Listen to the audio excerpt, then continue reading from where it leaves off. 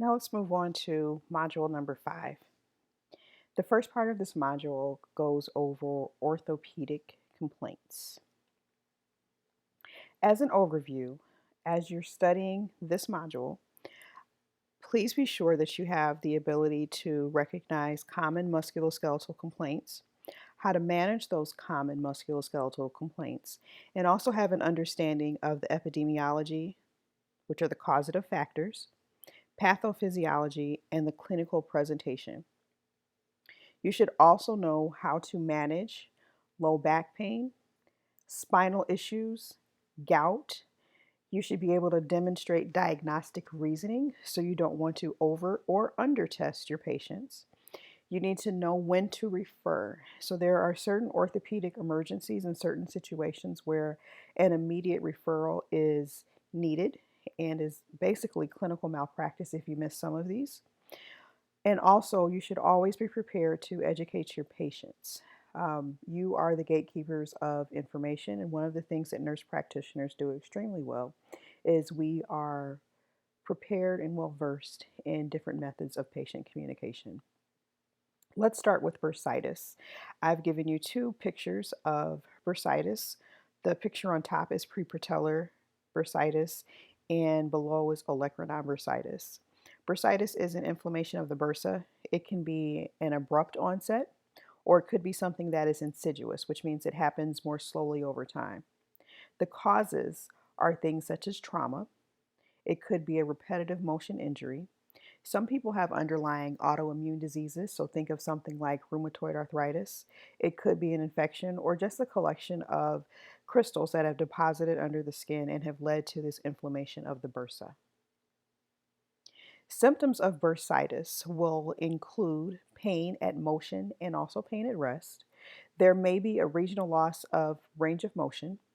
You will notice visible localized swelling, so it won't be distributed or generalized, it'll be very localized to the affected joint.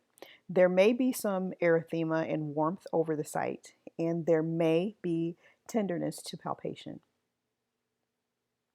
The treatment of bursitis, the initial treatment of that will be the use of NSAIDs, which can affect pain management for the acute pain phase and the swelling. You also want to think of padding so that the patient isn't consistently bumping the area, which could make the pain worse, but also further some of the inflammation. Ice, rest, and elevation are also hallmark.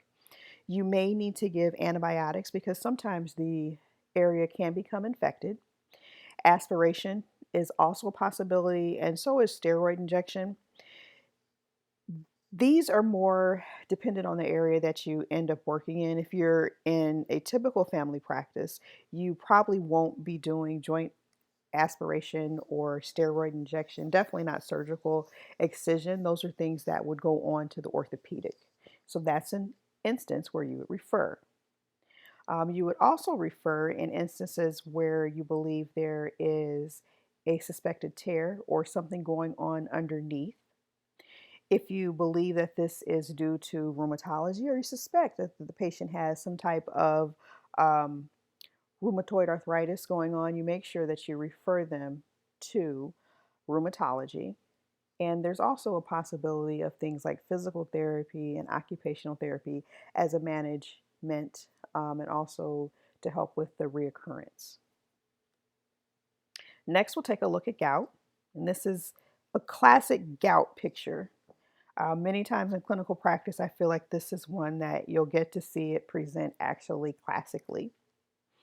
Gout will have a sudden onset. The joint will be pain, warm, swollen, red, and it typically affects that toe right there. But the true diagnosis would require an aspiration of crystals from the synovial fluid, which is not something we typically would have access to in clinical practice. But that is how you would have a true diagnosis of acute gout. The treatment of gout focuses on stopping the attack and preventing future attacks. You will typically see the patient initially for acute treatment. So NSAIDs, colchicine, or corticosteroids are the way that we manage gout. It is okay to combine colchicine with an NSAID or a corticosteroid. Patient teaching, again, is important. Part of your management of many diseases will involve the patient, and we need to empower the patients whenever we can. Teach the patients how to avoid dietary triggers. Teach them about medications. If they have underlying conditions, make sure the patient has an awareness of anything that they can do to prevent future attacks, and they will definitely appreciate you for that piece of education. This is a video. I do encourage you to watch the video on gout. Um, I can pretty much guarantee that you will see gout on your board exams. Boards love gout, so just make sure you have an awareness of gout. Let's move on to osteoarthritis. The clinical presentation of osteoarthritis is typically, it is quite insidious. So that means it's a progressive pain, progressive stiffness. Typically, patients will complain of it in one joint, but once it starts in one joint, you will most likely develop arthritis in another joint.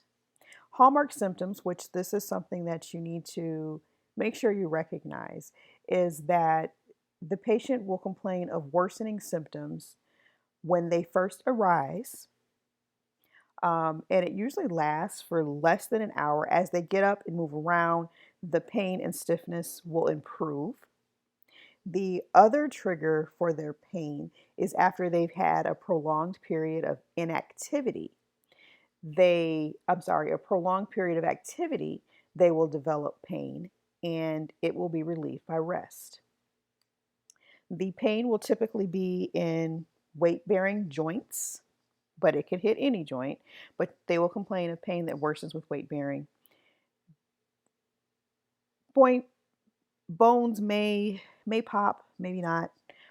There may be some deformities and some swelling, and eventually the patient may notice a gradual loss of the range of motion. The diagnosis is pretty much based on your history and physical. So if you take a really close history, do a good physical exam, you will probably come up with the diagnosis of osteoarthritis. X-rays are helpful as the disease progresses. There are no lab tests that will indicate osteoarthritis. So drawing labs on a patient where you suspect osteoarthritis, not rheumatoid arthritis, but osteoarthritis, there are no lab markers for that. The way that we manage osteo is with acetaminophen, NSAIDs, weight management. Obesity puts additional stress on the joints, so the patients will have more wear and tear on their joints. Exercise improves mobility, it improves weight management. We may send these patients to physical and occupational therapy, and again, that does really focus on exercise and strengthening certain areas. Depending on your practice, you may or may not do joint injections. For some patients, pain management may look like gabapentin, and some patients also may need assistive devices. Fractures is an area that you may or may not see often. It really depends on the practice that you end up in, but it's very important that you have an awareness of the types of fractures. I also recommend that all of my students, when you are able to, look at x-rays.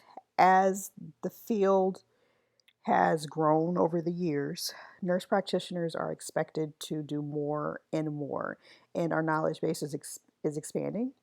It is important that you know how to read an x-ray, so learn it. Basically, that's what I have to say. Look at as many x-rays as humanly possible. These are additional x-rays. These are x-rays that show how fractures affect growth plates.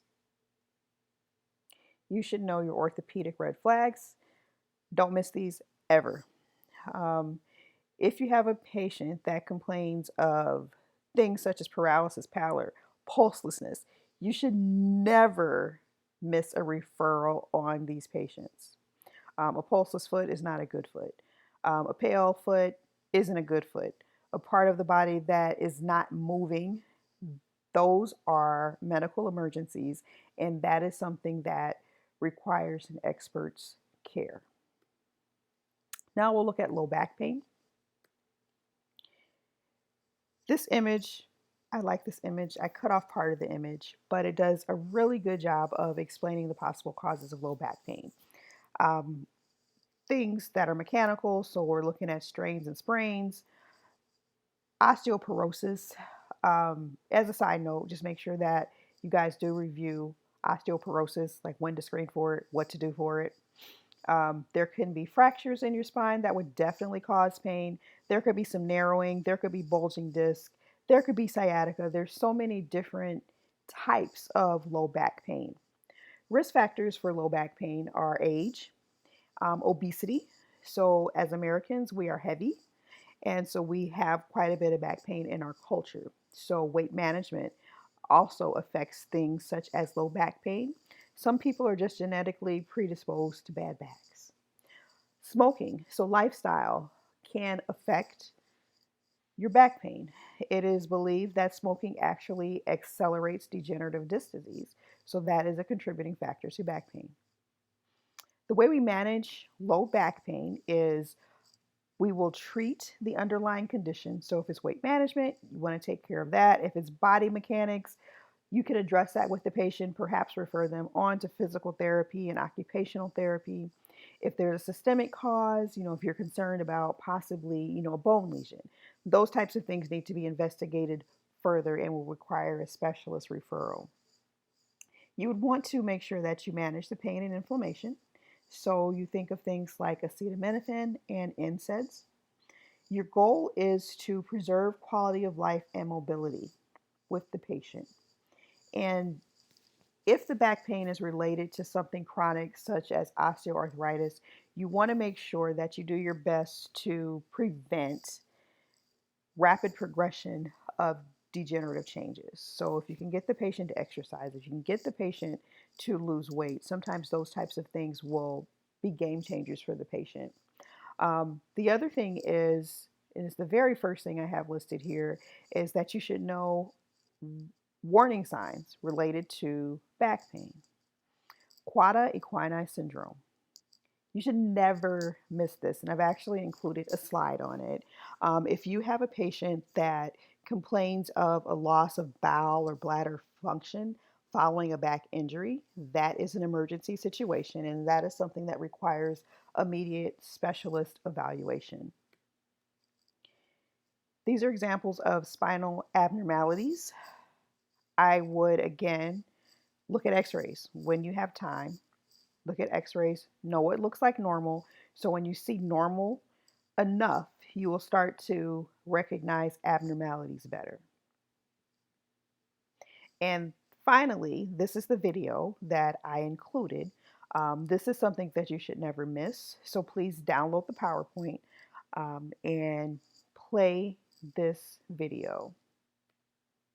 I hope that you guys have found this to be helpful.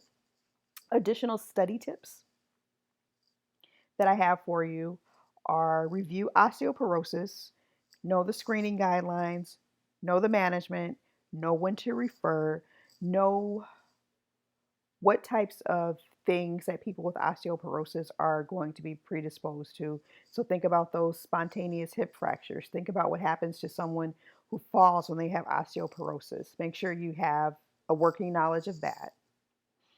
Review how to manage sprains. So that's RICE, rest, ice, compression, elevation. Make sure you understand that. Knee pain. Review knee pain. Know how to perform a knee exam.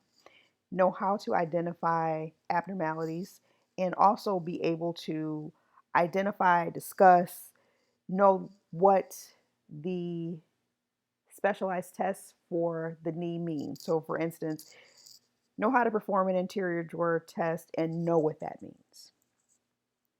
And this concludes Module 5.